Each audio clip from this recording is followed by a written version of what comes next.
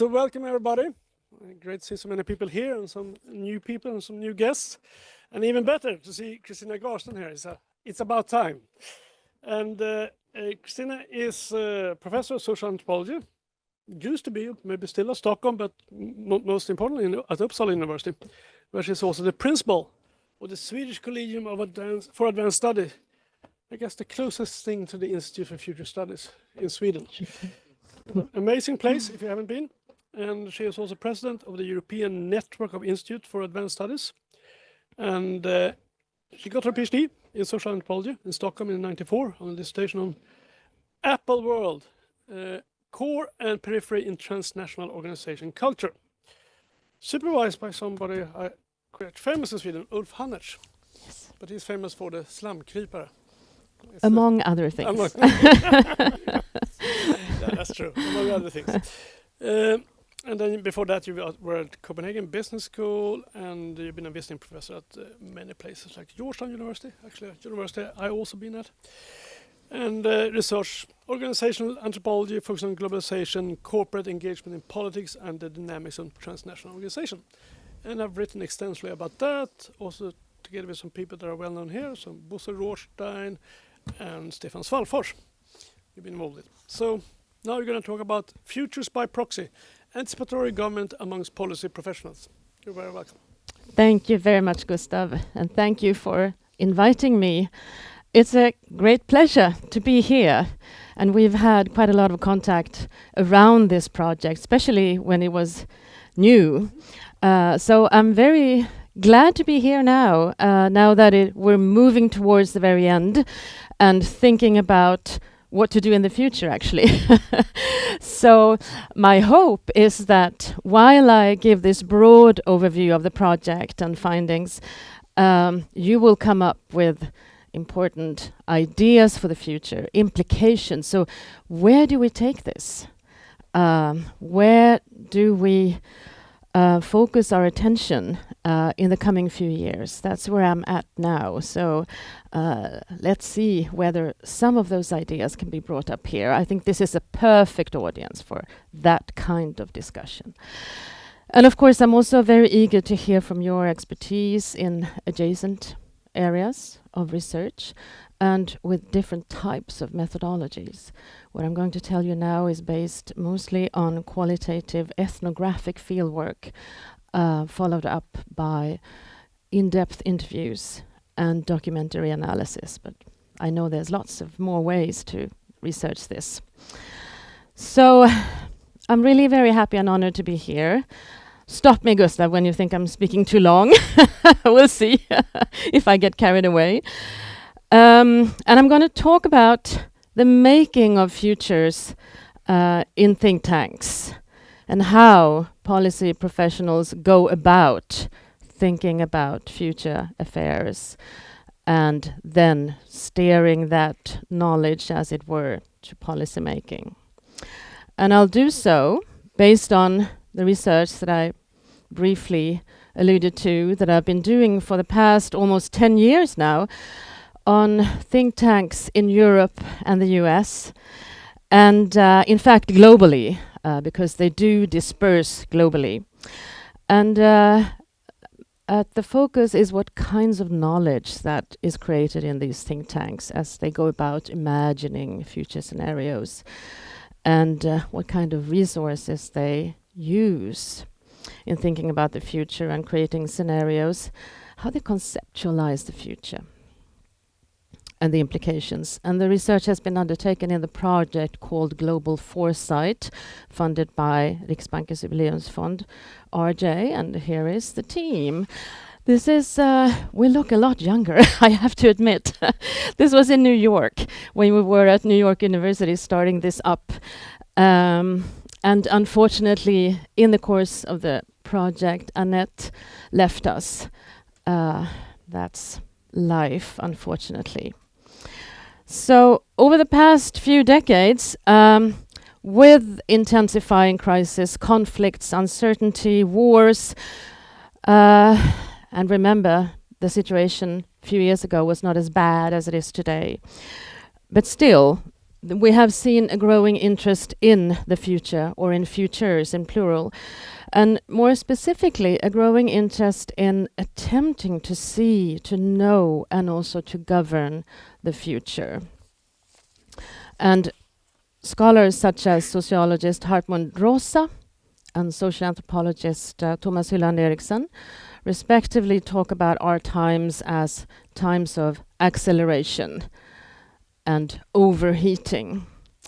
And if we stop a bit by Hartmut Rosa in his book Acceleration from 2015, he means that both the structural and the cultural aspects of our institutions and practices are marked by what he calls the shrinking of the present.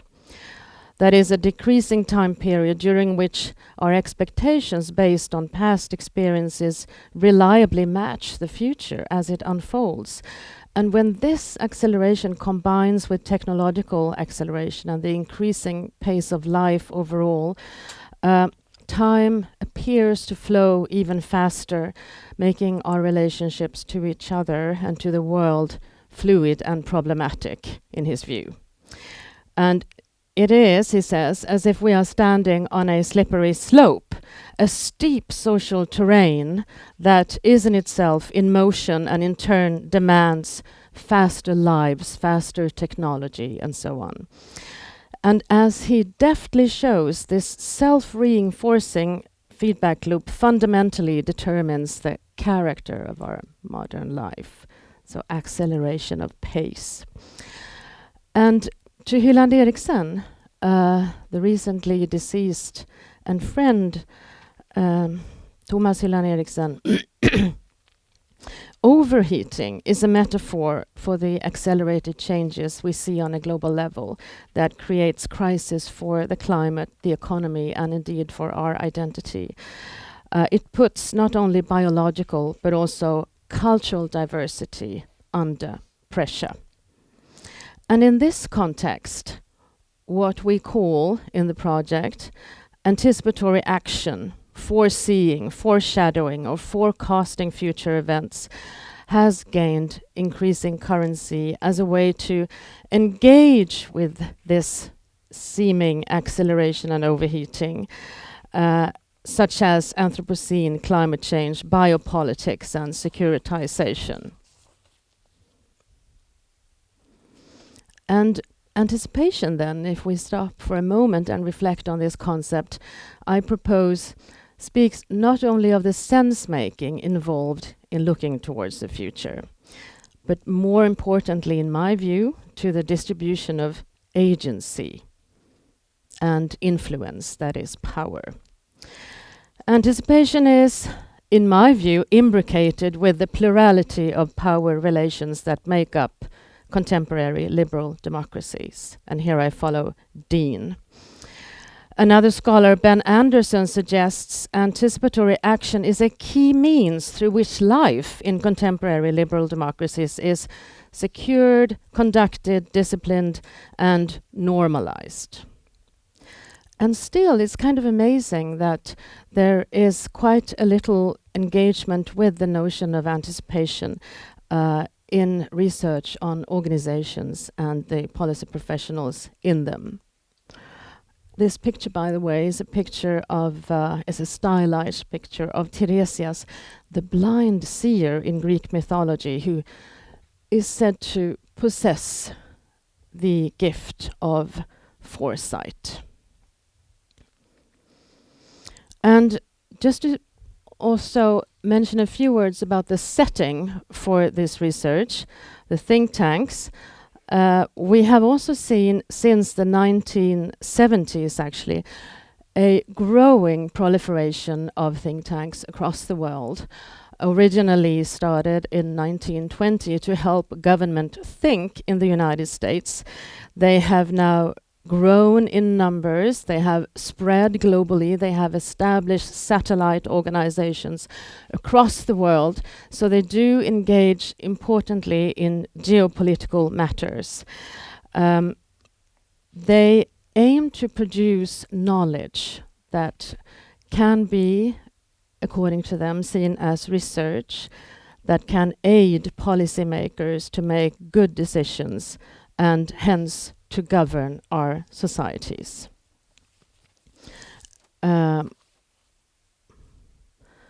There are, of course, many definitions of what constitutes a think tank, but there is very little consensus around it. But we may conceive of them as organizations that are geared to producing the kinds of knowledge that I just mentioned, knowledge of a particular kind, what is often, according to themselves, called anticipatory knowledge or actionable knowledge, knowledge that can be put into action.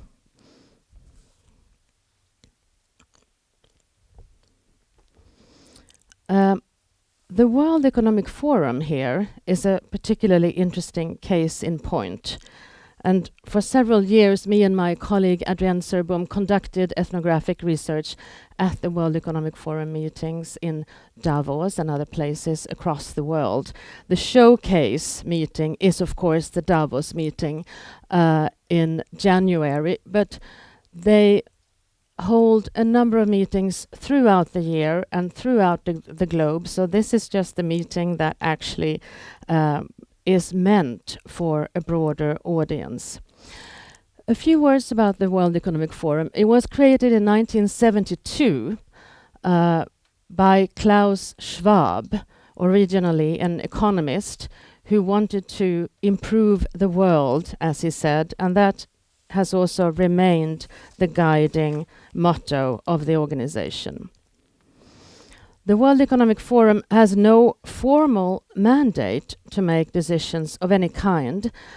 They are not a representative organization like the UN, and they cannot speak on behalf of other states or organizations.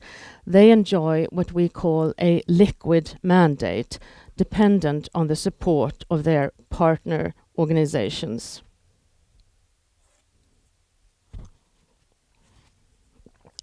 But they do work to set agendas.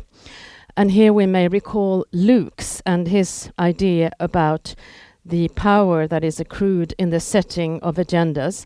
And they do set priorities for large-scale organizations, transnational business organizations, states, and international IGOs. But they have no sanctions at their disposal. They operate, and this is important, and I'll get back to this, by way of seduction and attraction, by way of offering a status elevation of the people that are vetted and selectively invited to their meetings. One of the meetings that we did attend was the Global Future Council meetings. And this is a picture from one such meeting. This is held every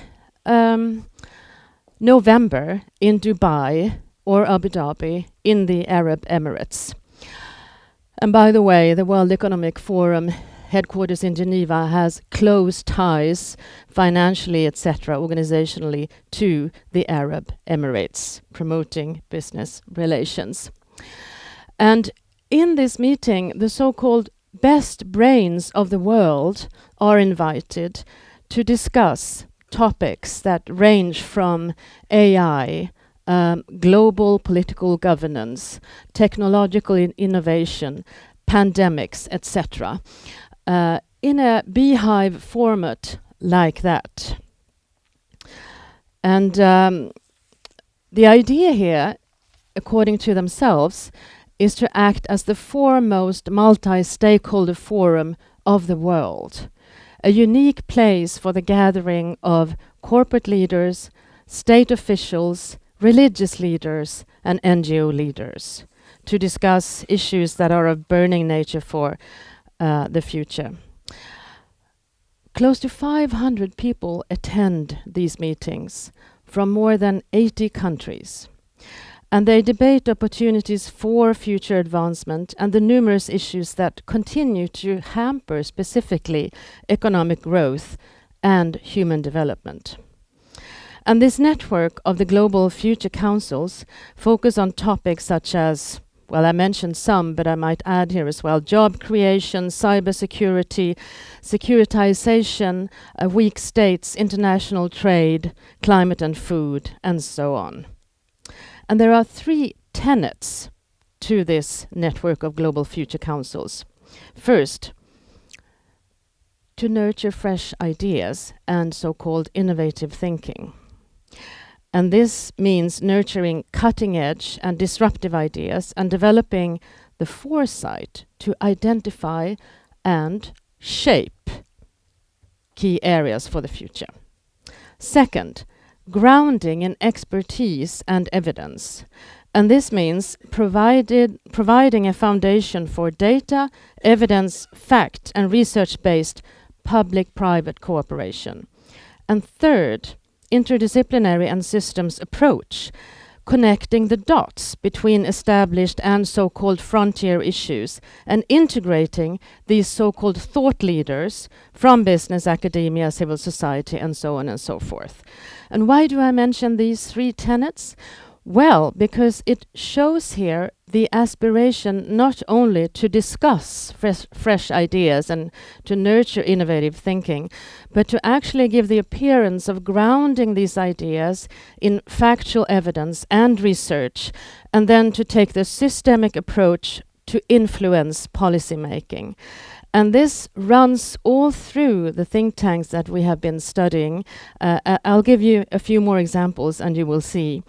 The attempt to not just nurture ideas about the future, but to have them shape the governing of organizational futures and hence political futures. And these ideas are also publicly disseminated through a so-called forecast report in October each year, which builds momentum of this annual meeting of the Global Future Councils.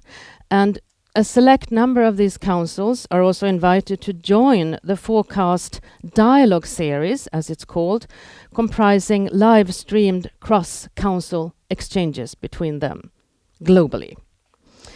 And participants in these meetings are thus part of the community of leaders that aspires to shape the future.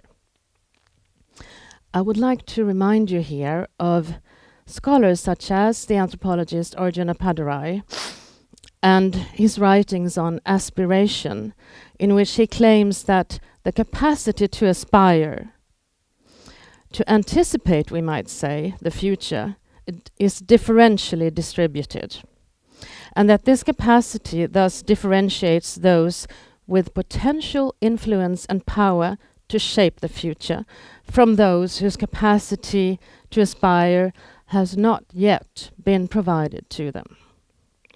And at the Global Future Council meetings, a certain capacity to aspire is built among those who are invited to participate. And I'll get back to this bestowment of agency upon these groups. So as part of our research, we did a number of interviews in relation to the World Economic Forum's flagship product as well, the Global Risks Report. This yearly report that you may have come across, in fact, is quite well distributed, presents a number of risks and potential scenarios for the coming years. It's based on the perceptions of a number of people from the World Economic Forum network, the community of experts, as they call it. We've been following this process actually carefully through interviews, so we know the trajectory of the articulation of these reports. In the process of making this report, what constitutes a risk is, to put it simply, negotiated. And eventually, a large number of risks, potential risks, are trimmed down to a reasonable number, what is conceivable for a potential audience, thus resulting in this report. And the report is then used and referred to by a number of governments, sometimes even the Swedish government, international organizations and NGOs, as a robust source of information, as some of our informants call it, about plausible future risks. So you can imagine in the hands of policymakers the potential impact that this negotiated presentation of risks might have. So, from a critical governance perspective, we can see that a focus on anticipation, as it is pursued in think tanks, may shed light on how notions of seeing the future, thus knowing the future, also provides opportunities for intervening in the future, shaping the future, governing future affairs. So there's a clear relation here between visibility, knowledge, and governance. So the question then, of course, becomes, how do they go about this? What kinds of resources do they use? And what type of knowledge, what kind of proxy knowledge is created? We may also ask, of course, what are the implications of this? Now, I'll give you a few more examples. Let's look at how the future is worked upon by another think tank that is studied by our research group. The Millennium Project, a US-based think tank that is engaged in providing what they call global intelligence for future foresight. The Millennium Project aims to assist in organizing futures research, to improve thinking about the future, and to make that thinking available through a variety of media for consideration in policymaking, advanced training, public education, and feedback, ideally, in their words, to accumulate wisdom about potential futures. And the Millennium Project's diversity of opinions and global views is ensured by its 63 nodes around the world. So they have a global spread of people working in these nodes. And these are groups of individuals and organizations that interconnect global and local perspectives. They identify participants, they conduct interviews, they translate and distribute questionnaires and conduct research and organize conferences. And we've also been to many of those conferences. And it's through their contributions that the report, The State of the Future, and indeed all of the Millennium Project's work emerges. This State of the Future Index is an indication of the 10-year outlook for the future based on, as they say, 20 years of historical data for a selected group of variables that in combination can depict potential systemic change. In their views, the index shows a potential trend. It's not a projection. They don't claim for it to be a projection, but a trend. And its role is explicitly to help understand the system and the relationships among its items, how changes to individual and several variables ripple throughout the system, as they call it. As an example, the Millennium Project warns about the threats of advanced technologies to employment. And here I quote, "A growing body of AI experts believes that if socio-political economic systems stay the same and technological acceleration, integration and globalization continue, then half of the world could be unemployed by 2050.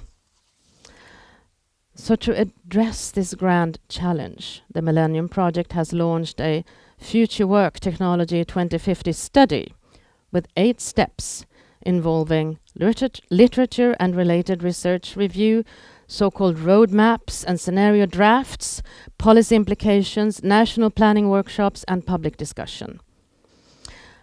And to create a sense of urgency and acuteness, the organization works to make its participants imagine what a world in which half of the population would be unemployed would look like and feel like. Propelled by the unease and worry that such imaginations may stir, the think tank then mobilizes select groups of experts through planning workshops and scenario drafts intended for policy implementation. And you can already hear the words connoting certain emotions that emerge all through from the World Economic Forum to the Millennium Project, and we'll continue to see this as I give you even a couple more examples. So organizations have also taken this one step further, educating for future readiness. There are multiple courses available for leaders to enroll. And we've taken part in many of these classes. a relatively large number of them, on the spot, different parts of the world, online, and in various types of organizations. This opportunity, however, also comes with a cost. It's not for free. Just to reiterate that this capacity to aspire and to anticipate is not equally distributed, but it comes with a differentiation and a cost. The rationale for these educational efforts is clear, as stated by the Millennium Project. Decision makers are rarely trained in foresight and decision making, even though decision support and foresight systems are constantly improving. For example, big data analytics, simulations, collective intelligence system indexes, and e-governance participatory systems show that.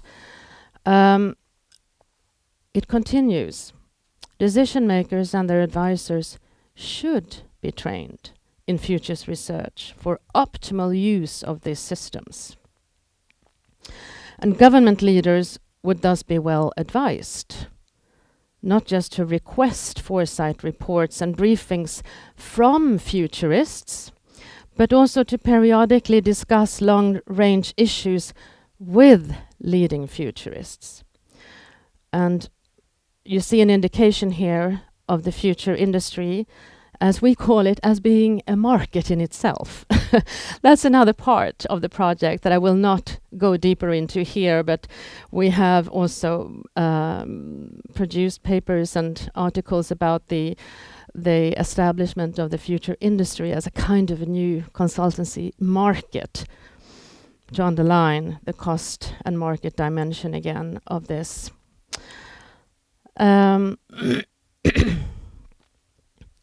It's not just private think tanks that are engaged in educating for preparedness, but so are other organizations. And another example here is the UNESCO that has created a large-scale project on futures literacy. As a UNESCO program, this futures literacy program seeks to improve connections between knowledge and action. Here again, the connotation to actionable knowledge. And to do so in order to achieve positive changes, according to UNESCO. And the starting point for this futures literacy program is the idea that humanity constantly handles and prepares for the future based on what the program terms anticipatory assumptions. And these are the most basic components of anticipatory activities, they claim, as they underlie all imaginations of the future. And different anticipatory assumptions generate different imaginaries and not yet existing futures, which includes different kinds of futures. And for the most part, they claim, these assumptions are taken for granted and not reflected upon. So one aim of these educational efforts is to bring forth these underlying assumptions to make clear what assumptions are gearing our perceptions of the future, and more importantly, the futures that we want to shape. One of their strongest proponents, Real Miller, writes in a report by UNESCO that people at large are futures illiterate, and by introducing the technique of experimenting together in futures laboratories, humanity will have, he says, the power of future literacy to overcome poverty of the imagination and develop new sources for the invention of hope as an essential ingredient of peace. End quote. In the world of futures literacy, no impending or impeding structures are seen to exist. Futures literate individuals and organizations are programmatically free and able to pursue any dreams and visions they may have, seemingly without the restraint of political, cultural, and economic barriers. So the program in my view, is not merely a compelling case of contemporary forms of anticipatory governing, but a political project with potentially enduring consequences, and also a telling example of how UNESCO as an organization attempts to gain influence within and beyond the UN system in the market for future foresight and to govern anticipation, as it were. So we, as I mentioned, have taken part of a lot of these educational efforts and done participant observation in these futures literacy training courses. And these are our photographs taken in various parts of the world. And you can see how they here use conventional post-it techniques. They are sometimes actually just put on the floor and worked with so that you also kind of achieve a sense of mobility and physical movement and creativity in the room. Sometimes there is a dog in the room. Somebody brings a dog that may also move around with its paws. Some of the post-its, and these are actually, yes, and these are then regrouped into topics or themes that the participants of these workshops find and agree upon, and then presented. And here again you see a more dynamic kind of exercise that involves imagining, embodying potential futures and articulating them in the room. This is quite bewildering, actually. We have taken part in these classes, educational efforts in UNESCO, at the EU central level, also the EU security quads training workshops, in various kinds of think tanks. Also, I may say here, because of the topicality today, in Washington, D.C., involving people from the political administration and FBI. So there's a lot to tell you about those kinds of exercises here as well. But they are deployed by large-scale international organizations and smaller think tanks. And I think the intention here is for them to direct attention to the powerful forces, as they put it, that direct and shape our futures, to learn about signals and the kinds of influences to be observant of, and thus learning to be agile and responsive in relation to the diversity of these plausible scenarios. And so futures literacy is conceived by and large as a matter of reducing uncertainty and putting in its place capacities that we can work with in a more proactive manner. A related concept that I also want to mention before I explain this picture is one of futures readiness. So to be prepared may be seen as a signature of late modernity, of late capitalism.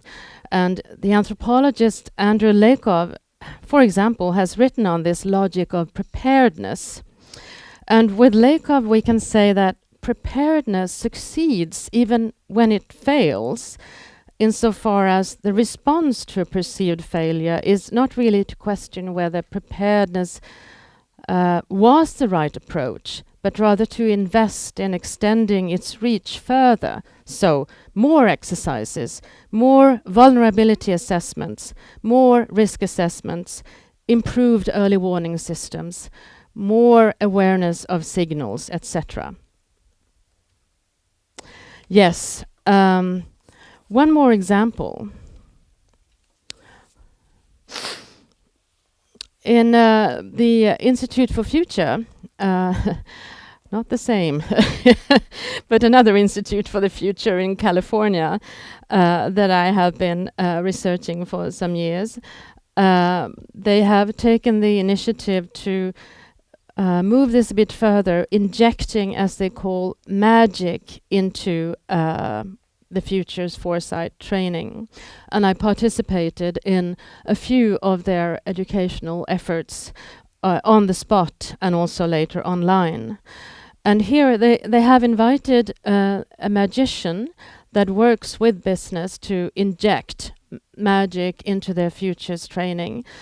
And the idea is that this will help to free our imagination, to make visible and articulate the underlying assumptions in our future thinking, and to then make us able to shape our futures. And so he says, Buscema here on the picture, that magic provides audiences with an opportunity to playfully challenge the very notion of what's possible, fueling curiosity and renewing people's sense of wonder about the world.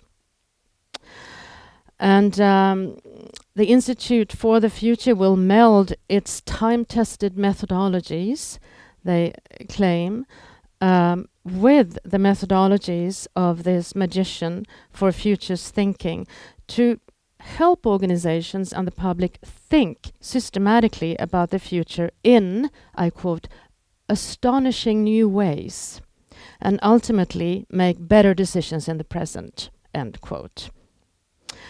So this quote makes visible the importance of hope and positivity, indeed magic, in future-oriented think tanks.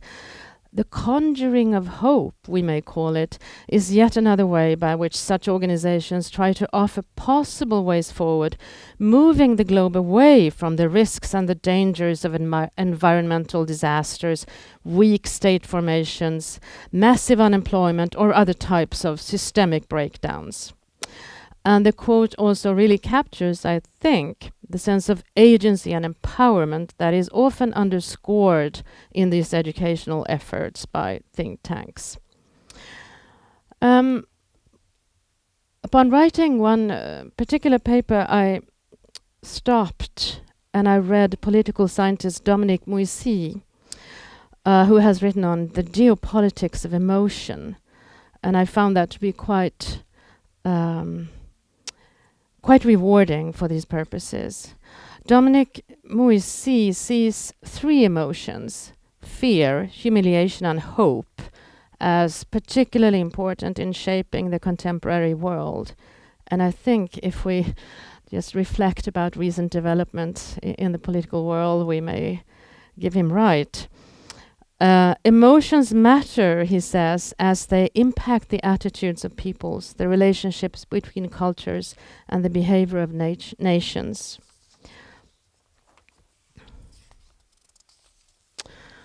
And in the voicing of these global problems and the presentation of so-called desirable futures, the cultivation, the articulation, and management of fear, anxiety, and hope, as well as a reliance on perceived rationality, reason, evidence, and facts, are central components in this mixture.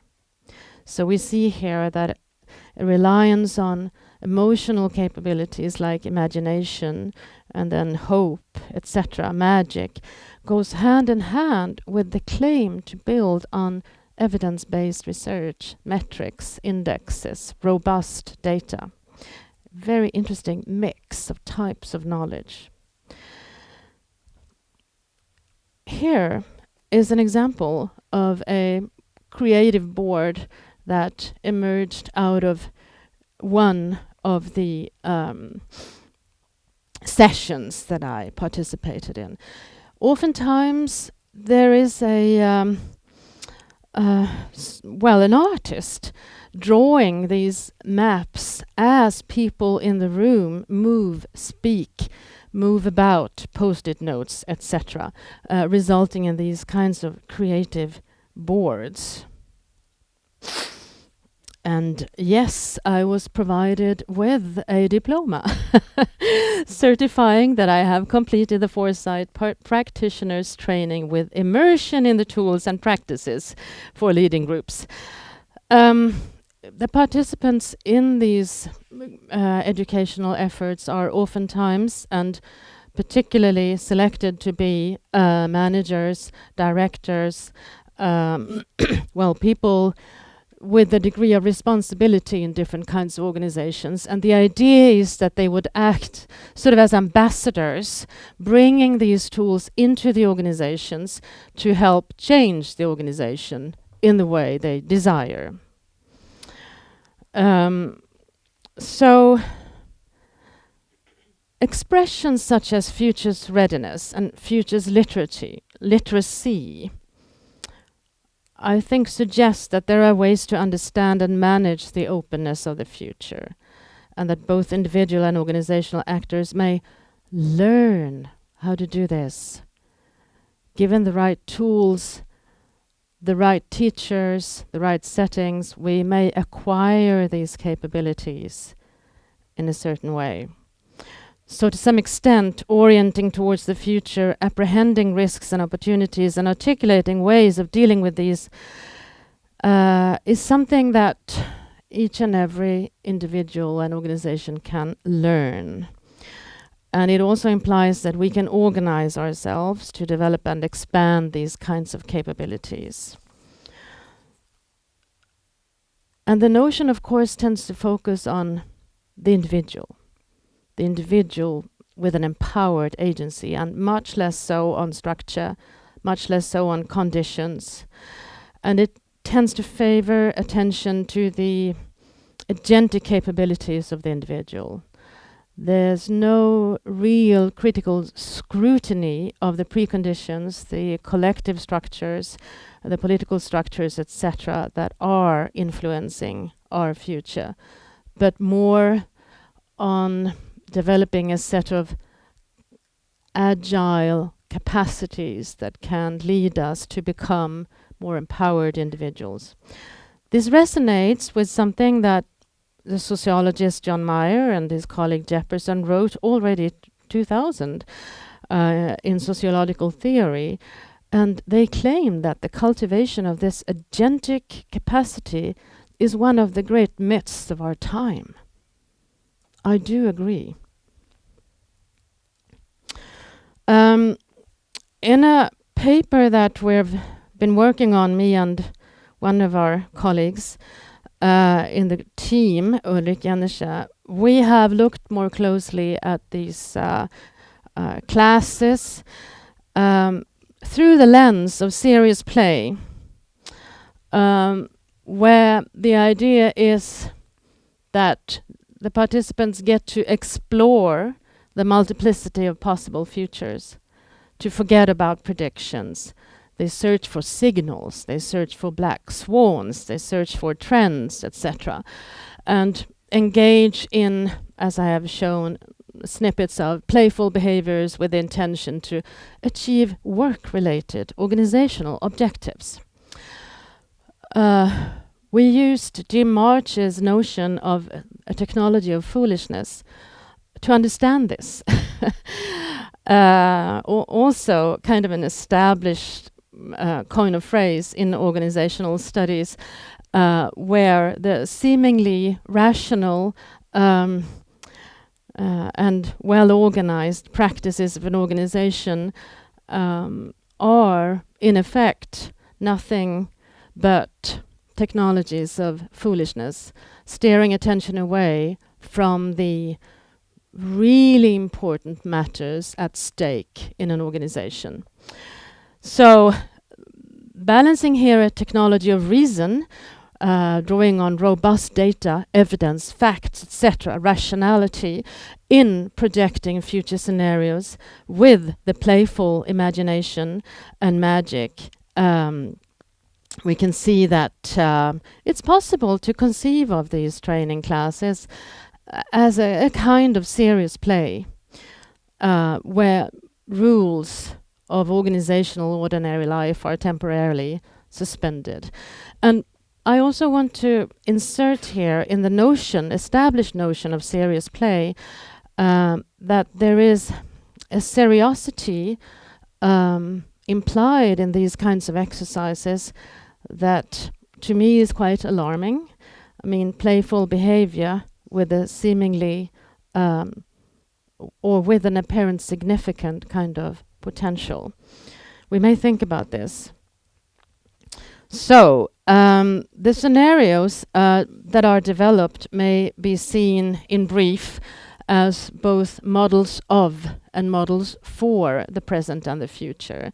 They are intended not just to depict where we might be going, what's happening, what's the situation in the world now, but actually involve a kind of performative dimension that is open to the individual agency. So by way of concluding, these scenarios for the future are also projections of possibility, of hope, and of desire, and they make visible, in some sense, the horizon of expectation that Koselleck has talked about.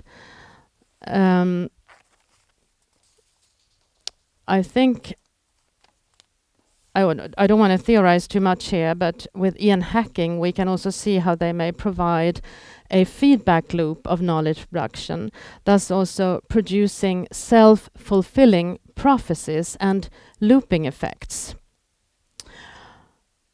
There are also, as I have pointed to, asymmetries of access to imagination, anticipation, and future making. And the opportunities that are sketched here, that are offered, are not open to everyone. They come with a cost. And we may venture to think of emerging, aspiring transnational elites of future making, aspiring elites, a world in which some actors are better equipped with resources to aspire and to be future ready than others.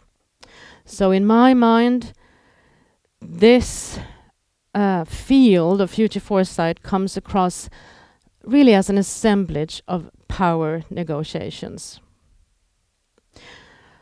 So anticipation revolves around a production of some kind of knowledge by use of qualitative and qualitative methods, everything from narration and imagination to use of big data analytics and indexes.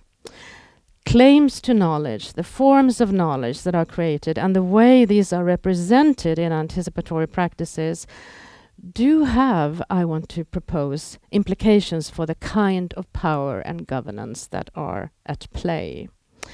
And organizational practices involved in these efforts are thus, they are far from simple number crunching exercises and data visualizations or mere playful narrations or fiction. They may have an impact on how certain images of the future are made to stick in politics, in policy making, in organizational life, and thus influence decision making, strategy, policy, and long-term planning. So by way of concluding, I want to say that I've given you kind of a broad overview of the kinds of insights that we have gained in the project, not going deeply into one particular theoretical argument, but the overarching argument, I think, here is to show that future scenario making has become all the rage in think tanks, especially US-based ones, and they are competing with the various educational efforts at hand. And these classes and the kinds of assumptions that are nurtured and disseminated in these educational efforts, I believe, may have performative effects. And I think, therefore, they are worthy of further scrutiny, especially in a world like today's world, where knowledge and solid, robust knowledge is really important in the governance of our future world. Thank you. Thank you very much. I'm sure there's going to be many questions, and Tim, you're picking up all these hands. And as usual, for you here in the audience, just put up your hand if you have a question, and if you want to follow up, you put up a finger. Then we have people online too. You should write your question in the chat, and please also write your field of study. We like to find questions from different areas. And if you want to follow up, you write the name of the person you want to follow up. So on that note, I'm going to take the liberty to just ask a very general first question. Yes. I think many of the cases, at least it looks to me, that you discuss, or organizations, they are, producers of ideology. That didn't appear so much in your talk. You didn't mention the word ideology, and usually they have a very specific ideological goal. They're kind of subcontractors to kind of promote free market or something like that. But that didn't really come up so much in your talk, and even in your definition of a think tank, maybe that should be there. I thought that what makes a difference between like a research institute like this and this kind of think tank is that they have a clear ideological goal that they're trying to promote. Yes and no. It's a very varied universe. Many of them, I should say most of them, the think tanks, are funded by specific interests, mostly business or individual endowments or foundations that do come with a political agenda that is more or less articulate and explicit and strong. The striving of many think tanks, at least in the US, is to balance the repertoire of funders to become more independent, as they put it, or at least bipartisan. But very few succeed, and oftentimes there is a clear ideological bent to the ones, to the think tanks that exist and that we have studied. And most of the ones we have studied are funded by big corporations, foundations, and wealthy individuals. They come with a liberal or conservative inclination. But it's not all true across. So, I mean, the Millennium Project, for example, is very varied. And the Institute for the Future in Palo Alto also works by contracting out to, I mean, they sell their products to... that was another point. I think some of these are commercial. Exactly, yes. Selling a product. They combine the commercial. Some of them, yes. Part of the setup, the organizational setup, may be a consultancy. The other part may be an NGO. And so you can flip hats depending on which audience you actually also address. So, yes, there is usually a set of money behind the activities, and it's important to look at where the money comes from, indeed. And just one more thing.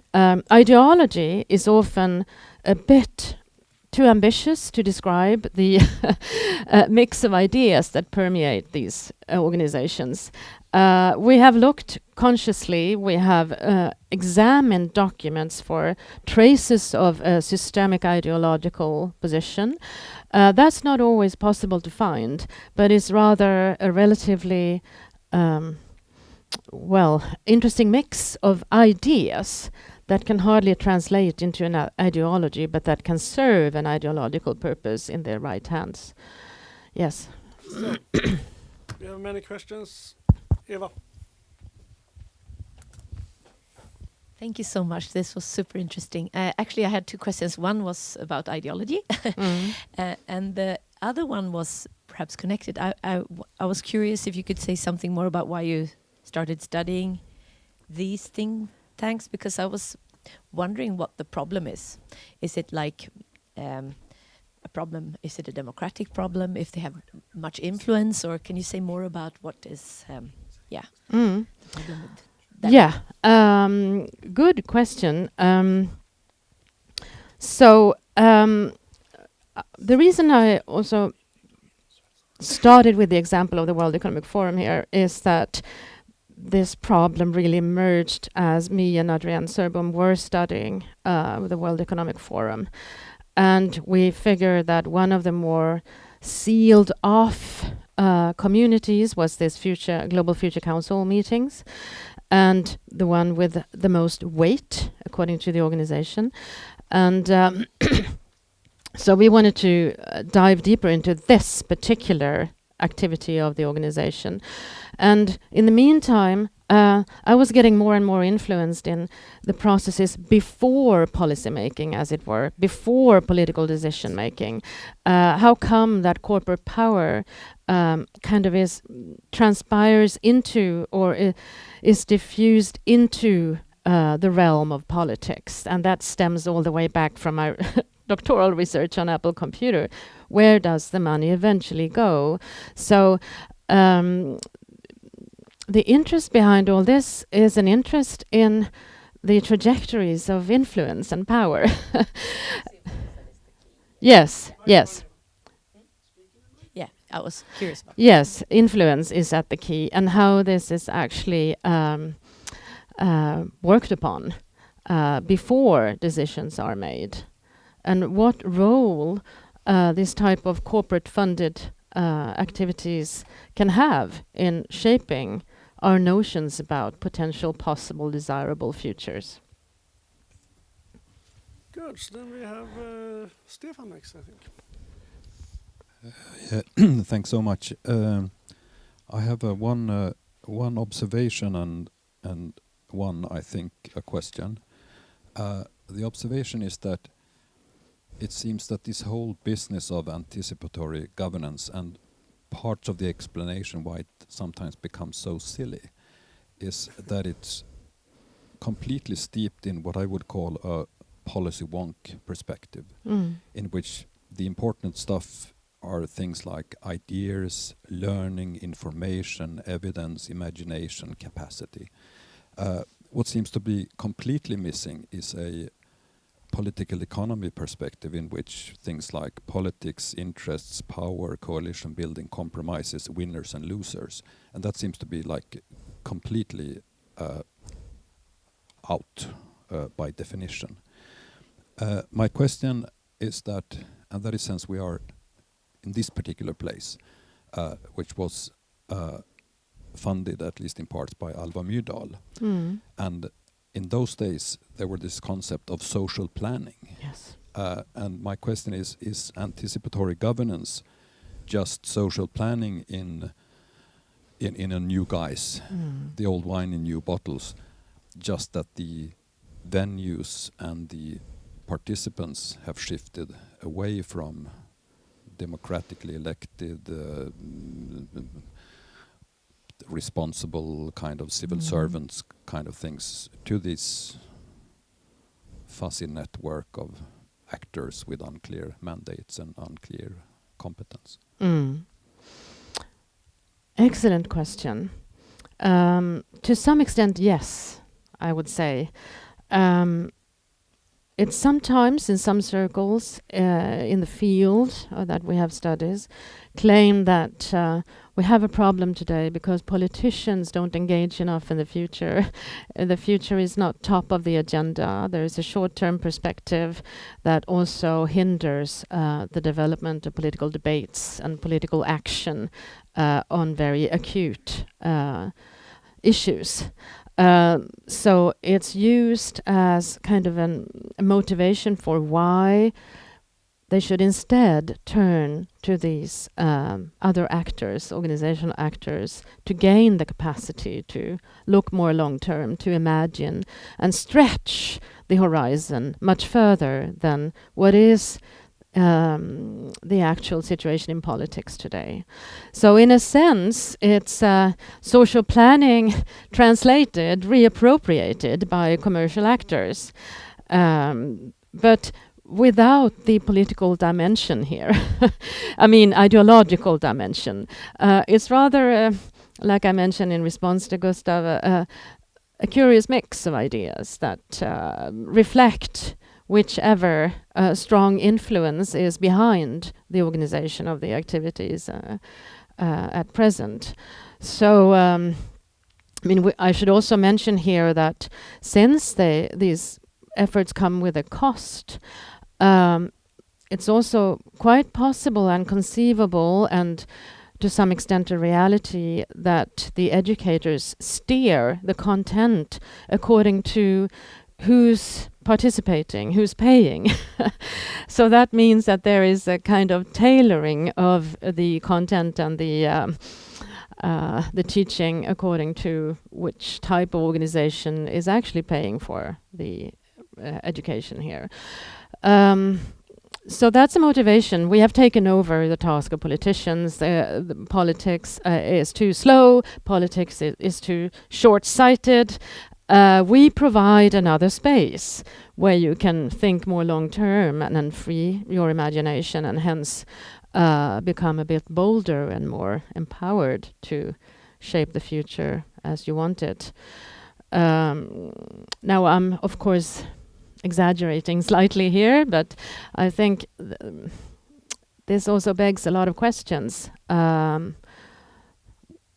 What are the implications for politics and policy, and how could one, if one wanted to, normatively incite politicians to lift the gaze towards a more long-term idea of futures? Personally, I think that would be needed. We have had, as you know, in Sweden a couple of times Minister for Future Affairs. A few countries have, but most not. That might be needed. Okay, let me follow up, but first correct one thing you said. The institute was not founded by Alva Myrdal. She wrote a white paper that this should be done, and then it was founded by the government of Olof Palme, actually.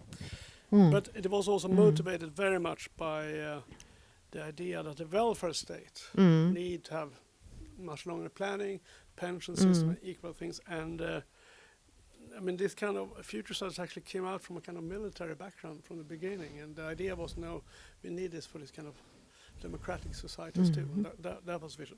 But connecting to Stefan's questions, you did say something about this kind of anticipatory action or governance is a kind of key means to organize and discipline life in liberal societies. And I guess most of your examples came from those, but then you also have Dubai and things like that. Not really a liberal society. And I'm sure that there's lots of this stuff going on in China, and it was in Soviet Union. So I wonder why this focus on liberal society. I mean, this whole idea of trying to control the future runs through. Oh yes, indeed. To some extent we have tried to actually do some of our research in other parts of the world, in the Middle East, in Saudi Arabia, in China. That has not proved possible during the time period. And in the case of Dubai, it's not the Dubai authorities or government that are inviting to these, but it's the Geneva-based World Economic Forum that places the activities there because of reasons beyond our specific knowledge, but to do with creating diplomatic relations that could further business in a more general sense. So indeed, our research has been done in Western, mostly, countries, Anglo-Saxon, with a few sites outside of this sphere, but still by Western, Anglo-Saxon actors. Kind of a general question. I wondered, what do these things have in common, really? I mean, you took the UN, UNESCO thing, as compared to the Heritage Foundation. It seems like, I'm not sure, is it really that they are in the same ballpark, rather than they both kind of work on trying to anticipate the future? Yes, I think there are similarities and differences. I mean, the similarities are, for example, the ways in which they work on emotions, creating a sense of urgency, acuteness, even fear and anxiety about the present situation and futures, and how they mobilize people around those, and the need to learn the capabilities to be agile and to anticipate and to shape the future. That's a common thread. And another common thread is the weight placed on the individual and the relative absence of interest in structural factors and collective structures and the political dimensions. So there are certainly similarities across, even if they are done in different premises. So an example is something somewhat similar but would fall outside this would just be like the IPCC. I mean, they also play on a lot of awareness and trying to make people realize that we have a crisis and things like that. So are they also part of this? I shouldn't think so. We have not studied them. I would say that I would hope and I trust that there is more solid knowledge, research, science at the bottom, at the base of the projections and scenarios that are generated out of that panel than is the case in the examples I have given. That's another differentiating factors. The RAND Corporation are pretty serious about what they're doing, no? Pardon? The RAND Corporation are pretty serious, at least sometimes. Yes, they are Kind of also pretty part of. science-based, but, We have also done some research there. Mm. Yes, and just to say that RAND is a complicated organization. Some of it is science-based, some of it is a consultancy. So they have that combo. Marina. Thank you. Is this working? Okay. I think. Okay. Thanks for the talk. It was really interesting.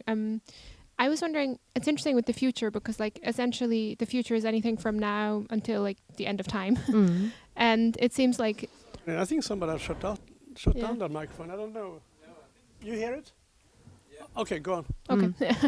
And I was wondering whether you looked at all at the sort of time span that the different organizations looked at, because it's like I saw anything from 2 years to 10 years to 20 years, but then there's probably also the organizations that think about 100 years, 200 years, thousands years, 10,000s of years, millions of years.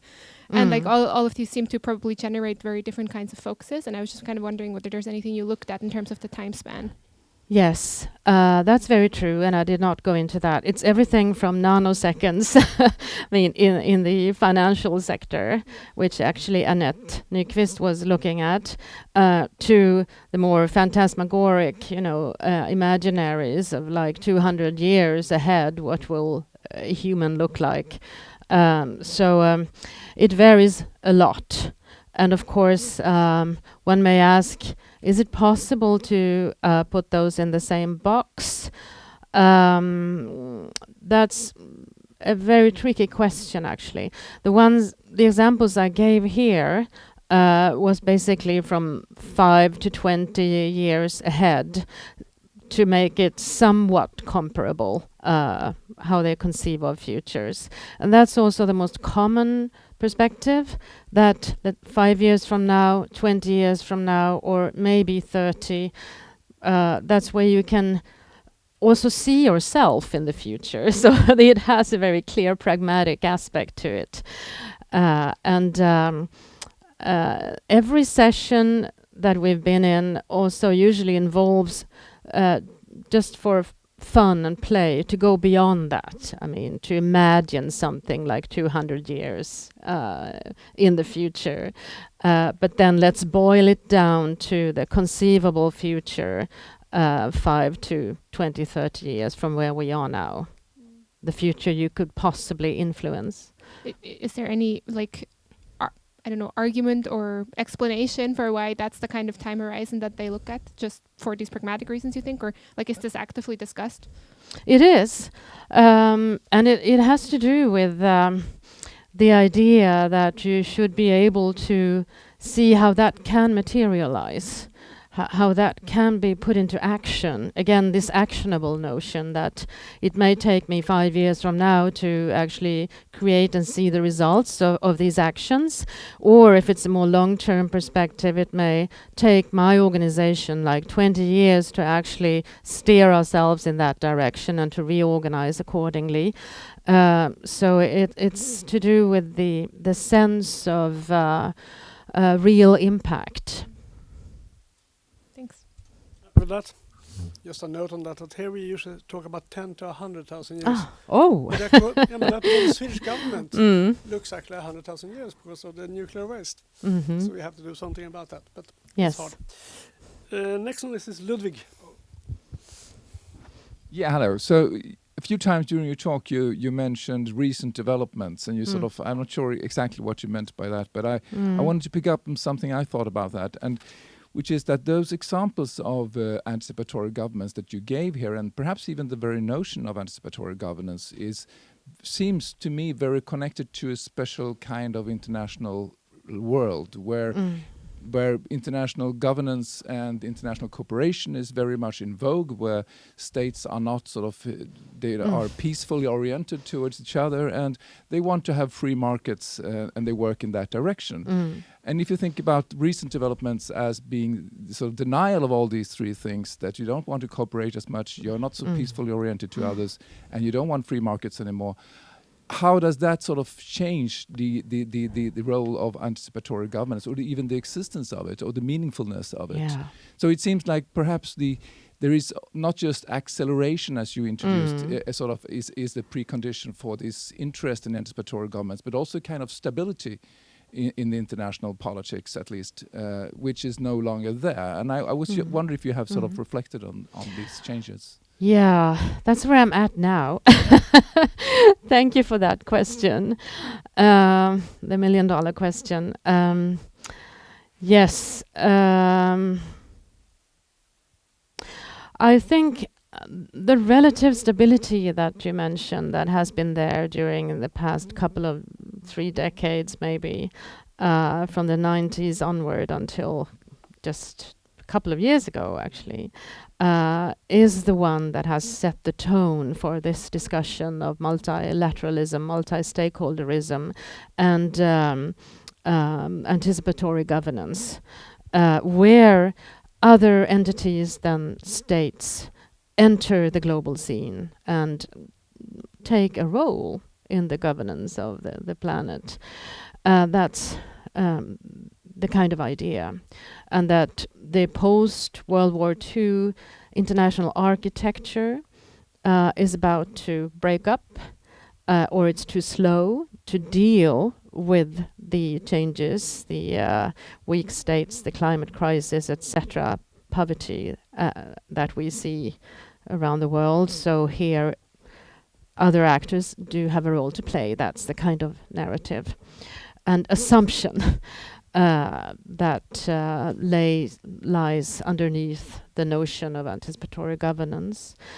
Now, with the very recent developments, it's too early to say where this is leading us, but some, I want to underline, of these think tanks have or cling to an idea of a kind of cosmopolitan world in which they might actually, as I mentioned, the Millennium Project, favor peacemaking efforts through their foresight activities. And they can play a role in working towards a more stable, peaceful future. They also have their international nodes that I mentioned, and they assemble globally on a regular basis. So that's an example of an organization that wants to be there in this, very turbulent world move towards the future. UNESCO is another example. But then there are others, obviously, that now tend to become more drawn into their own domestic domain, to focus more on building the national interest and kind of stepping away from what has been a more international outlook and a more international idea of multi-stakeholderism and multilateralism.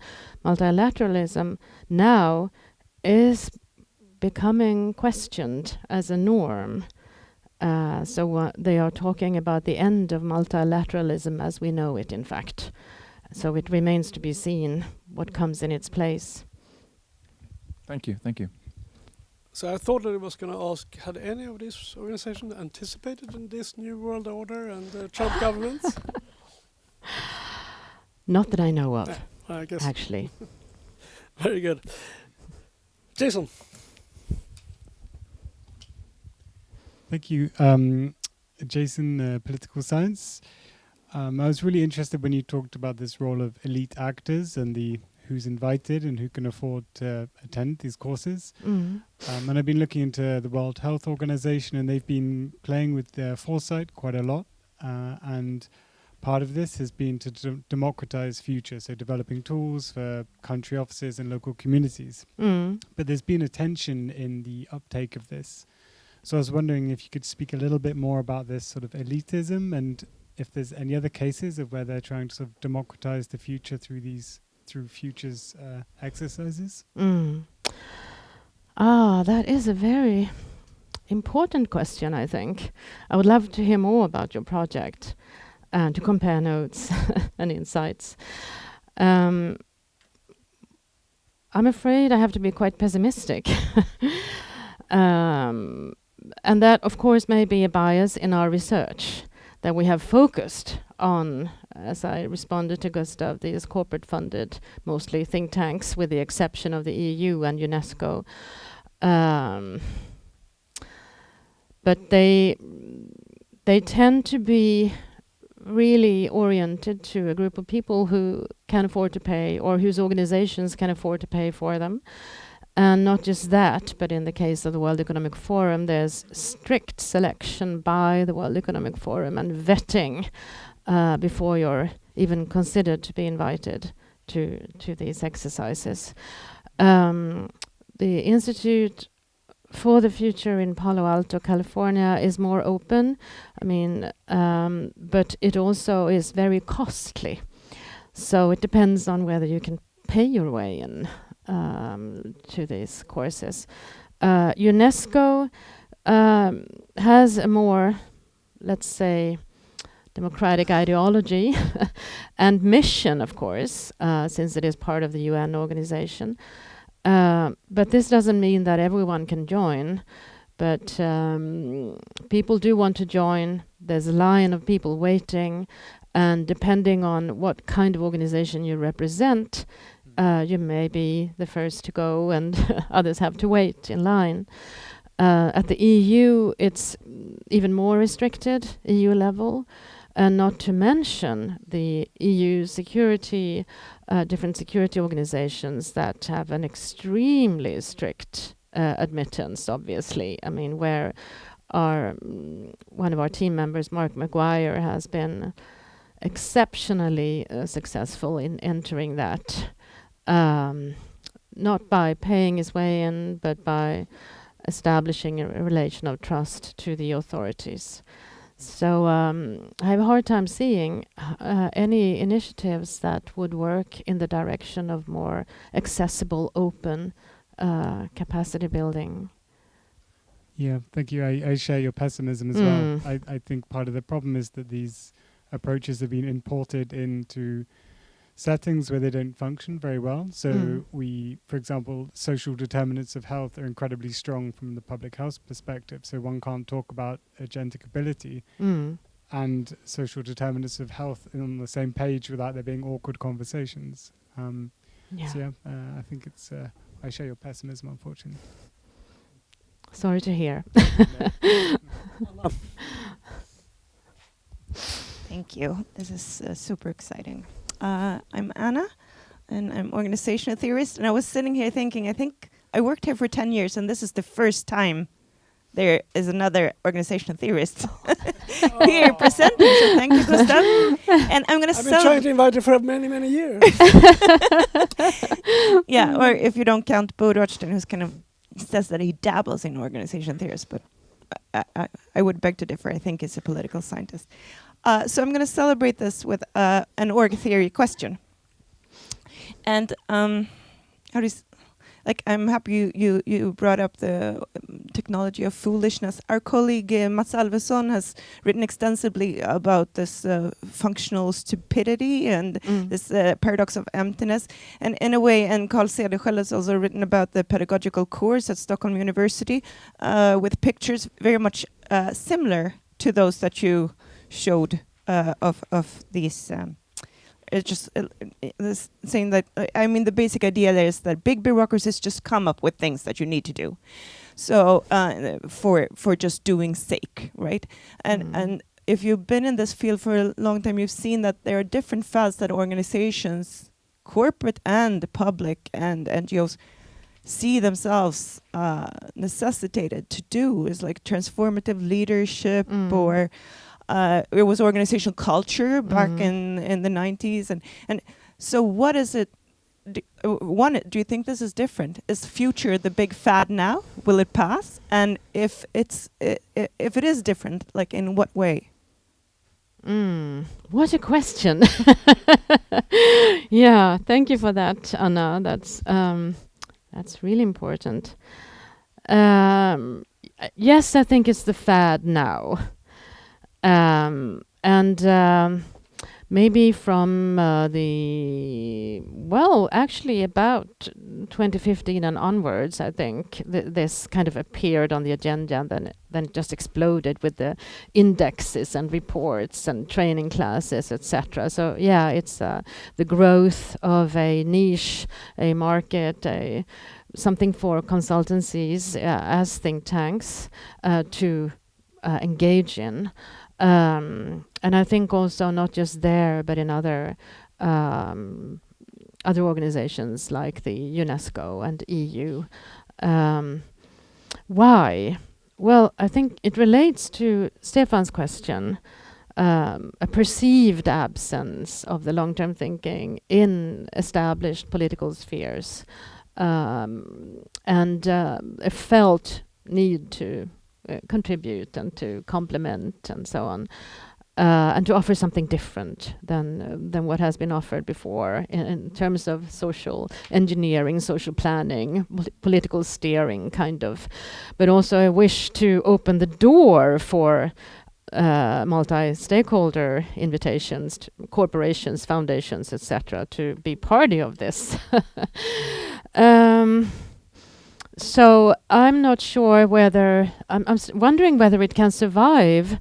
As to Ludwig's question, I'm wondering what we'll see in 5 years from now. Will they still be live and kicking, or will the industry, as I call it, have dwindled, turned into something else? More a focus on the immediate presence, perhaps. Because a lot of these organizations have lost funding in the last 2 or 3 months. Right? Exactly. Yeah. So it's quite likely that we will see a dwindling of these kinds of activities. But it's a sign of the times, but yet with slightly different content than used to be the case. So I think we need to take a helicopter perspective and to understand this phenomenon in the contemporary political, financial, social situation. Still grappling with this actually in a text to situate this in relation to, for example, what Stefan called more systemic political planning, social engineering, the programmatic approach that we were through from the 70s onward, at least here. Is it different? Partly because of the different actors that are playing a role here. But I may also say that the ones that have been organized by federal agencies in the US, UNESCO, and the EU do show some similarities to these private actors in both procedure and content, really. And in my response to Gustav's previous question, there are these similarities. So on that note, join me in thank Christina for this lovely talk and discussion. Thank you. Thank There Thank are you. talks coming up. We have Emily Jones going to speak about, it kind of connects to this, afterlives, Edmund Burke, Benjamin Disraeli, and the invention of modern conservatism, going backwards instead.